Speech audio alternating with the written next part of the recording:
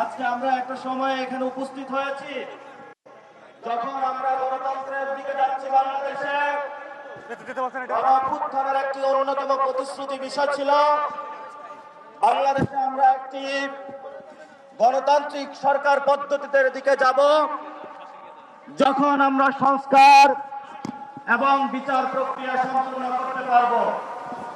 সংস্কার প্রক্রিয়া দেশের জনগণের হাতে চাবিকাঠি তুলে দেওয়া হয়েছে। আগামী 12 তারিখে পুরো বাংলাদেশের আমরা সকলকে আহ্বান জানাচ্ছি, গণভোটে হাঁ দিয়ে যাদের স্বপ্ন জেগেছে আবার ফ্যাসিবাদী ব্যবস্থা কায়েম করার, যাদের স্বপ্ন জেগেছে 2 টার্মের বেশি প্রধানমন্ত্রী থাকার, যাদের স্বপ্ন জেগেছে আবার বিচার বিভাগকে কুক্ষিত করে বিরোধী দলকে নির্যাতনের, আমরা ইনশাআল্লাহ 12 তারিখে তাদের সেই স্বপ্ন ভেঙে দিব ইনশাআল্লাহ।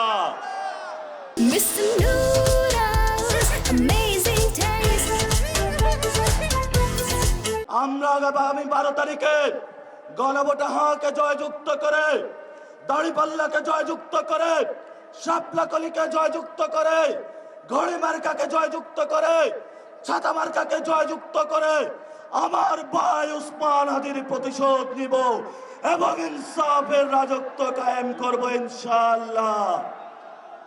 প্রিয় ভাইরা, শেষ কথা, জীবন রিস্ক নিয়ে দাঁড়িয়েছি চাঁদাবাজদের বিরুদ্ধে।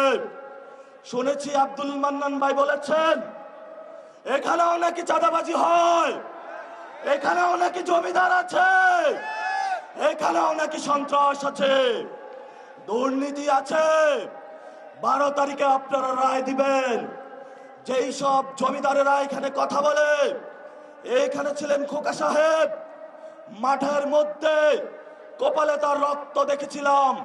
খোকা সাহেবের প্রতি আমাদের শ্রদ্ধা, কিন্তু খোকা পুত্র যেইভাবে জমিদারি ব্যবস্থা কায়েম করেছে, আপনারা আগামী 12 তারিখে ভোটের মাধ্যমে রায় দিয়ে তাদের জমিদারি ব্যবস্থা, দুর্নীতির ব্যবস্থা, চাঁদাবাজির ব্যবস্থা বেগে খান খান করে দিবেন।